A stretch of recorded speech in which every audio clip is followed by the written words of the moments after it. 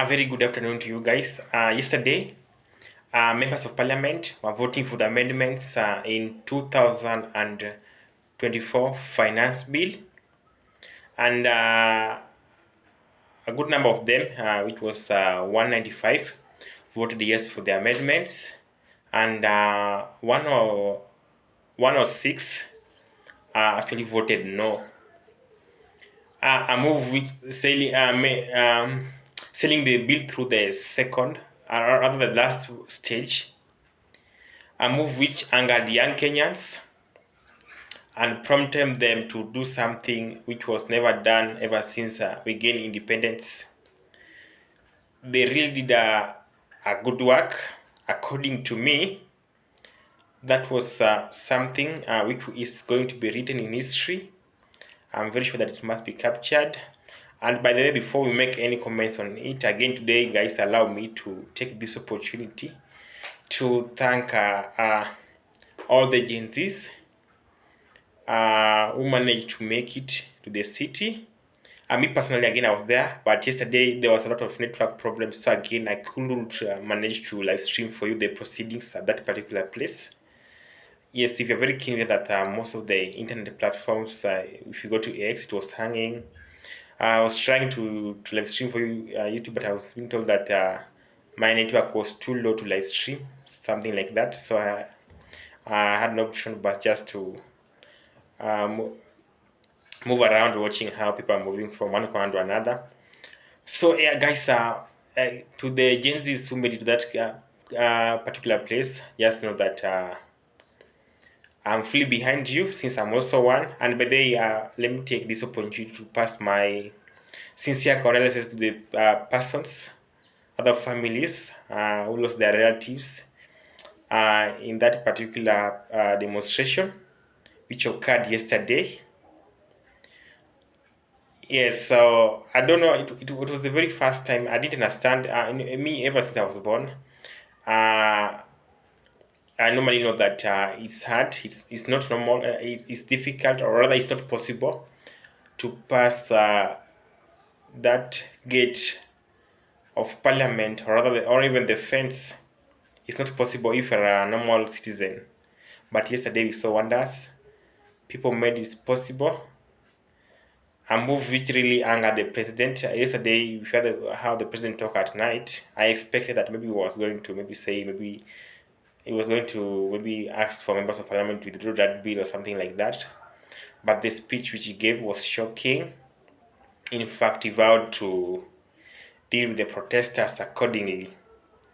To me, I don't think the president was supposed to go to that direction. He was supposed to use a language maybe which was going to help in calming these people. Their problem is finance bill and not the. I thought that he was saying that on Sunday he was saying that he's going to allocate for them a lot of money for help. Their problem is not help. Their problem is cost of living. If you're very keen, you realize that the people who are there in the street, most of them, around 80% of them, are graduates. So these are people who are already. These people are people who have already finished school. So even if even if the allocation for help has been increased, it won't help them with anything because they are done with their studies, and most of them finished school during Uhuru Kenyatta's era. So, Mr. President, these people are saying that what they don't want is this bill. They're okay with the help. In fact, they don't have problems with the help. There are many problems with this finance bill. This is what they're asking you to withdraw. So, if you can listen to them, just find a way of withdrawing it. I know it's hard to tell them that we are going to withdraw this thing. That will show that you are weak. I know it's hard to do it that way, to go through that direction. Just look for a way that will not make you appear as if your government is weak. You can withdraw it just through backdoor. So guys, yesterday, whatever happened left me in a panic state. Until now, I'm still panic. I did know that something like that can happen in this country. Yeah, it was yesterday that I believe this saying that sovereignty, I don't know, rests in the hands of people. I'm not sure if that is the right quote. Yes, it was really wonderful yesterday. I don't know today. They had plans of visiting the people who were arrested during yesterday's demos. I don't know if it is ongoing right now, but according to their plan, that was the thing which was supposed to happen at this particular day. Tomorrow, I heard that there's a total shutdown. I don't know, they are going to occupy State House. I'm not sure if that will happen, but according to what I saw yesterday, everything is possible when it comes to these young men out here, including me. In fact, me in this channel, personally, I've always been against most of the proposals that uh, these regimes normally make. But most people here normally say that I'm sick in the head and in that I don't know what I'm talking about. Now, it shocked me just a few weeks ago when I heard of a, a young group of people known as Gen Z. When I heard that they also joined me in saying no to some of the unfriendly policy which are being implemented with this government. Yeah, so my question is the people who are saying that I'm sick in the head because me, if you go to my all social media accounts, I've been always been talking about the government, things to do with government. Some people misunderstood whatever I was saying. With me, I have got political eyes. I see things far, especially things to do with politics. That's why I was making such like comments, such like posts. But some people misunderstood me. This post I began making them back here in the 2021 when this regime was about to get into power. But most people disagreed with me. It was only after these young people also came out and joined us in saying no to some of these things. Is when I've seen now people now agreeing with me, agreeing with most of my posts. Right now, I can see some of them are even contacting me and asking me to maybe to update them on whatever is going on, or to predict for them whatever is likely to happen. So I don't know how it will be tomorrow because yesterday I was just listening to news from Citizen TV, and I saw them. They were displaying for us deployment of KDF there at Nakuru to guard the Nakuru State House. So tomorrow it won't be joyful. But tomorrow if you'll be going there, they should kindly exercise a lot of cautions because these these are now special forces. They're no longer police. Remember, these ones are trained. They undergone through a lot of training as compared to police. So they are very good at everything and they follow orders. So tomorrow, if you are there, just kindly ensure that you are careful. Be very careful, despite the fact that it is the only language that this regime understand. Me again tomorrow, if demos will be there, I will be. I promise again to be present in that demos, just like yesterday. I will never let my fellow Gen Zs down. We are going to find ways of maybe reducing the cost of living down, and that way is not just through protesting, because we have tried to say everything, but the government seems not to listening to us. I don't know if the government does not understand the language we are saying. I don't know if this message is normally reach the government. Now that's the question.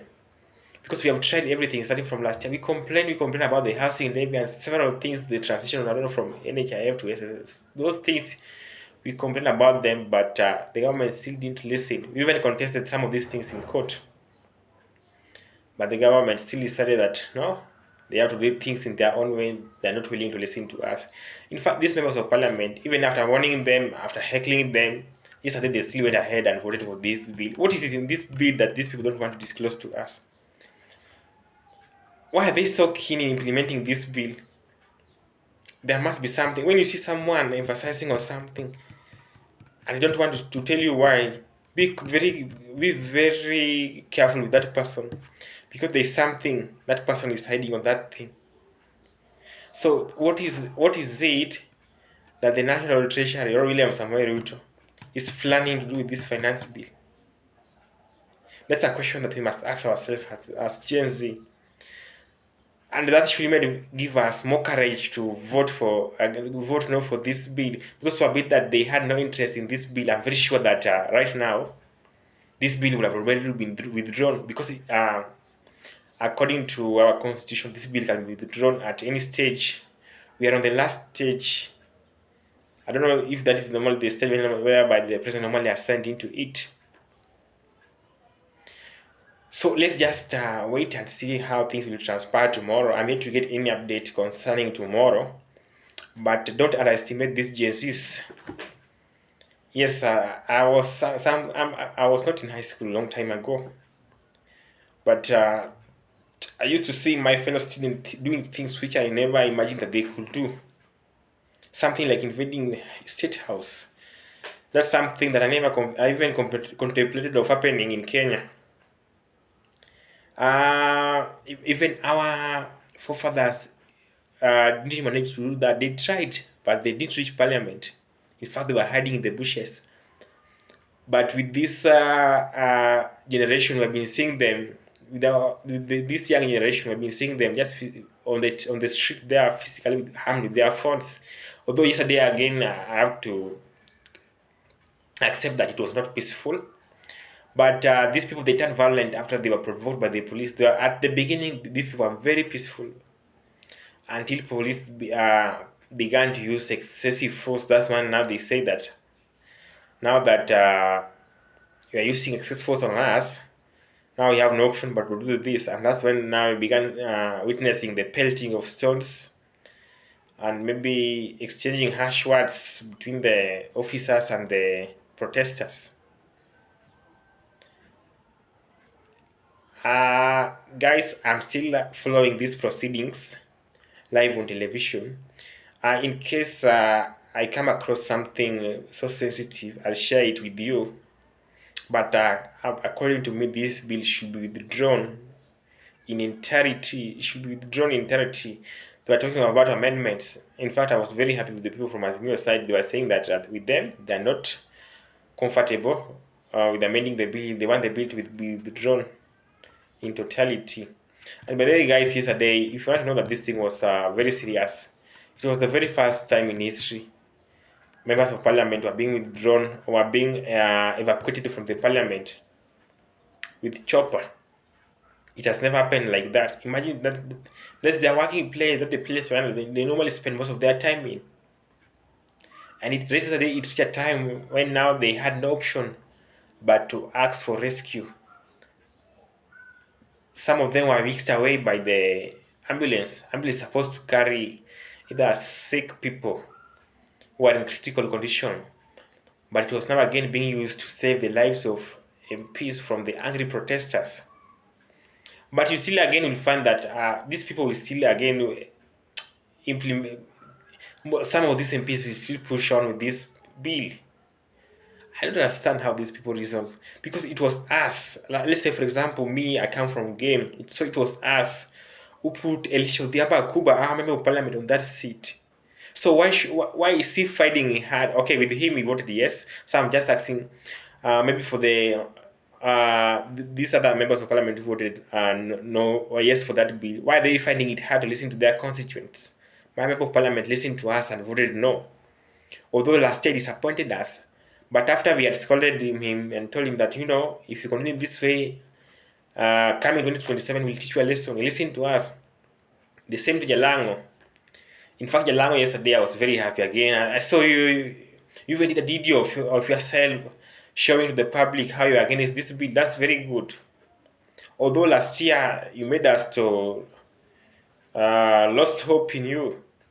Immediately after you became a member of parliament, you decided to turn your back on us. So we really lost a lot of hope. I know we shared the same name. They shared the same name with you. We share a name called. Maybe we have even related. We don't know. But that does not mean that that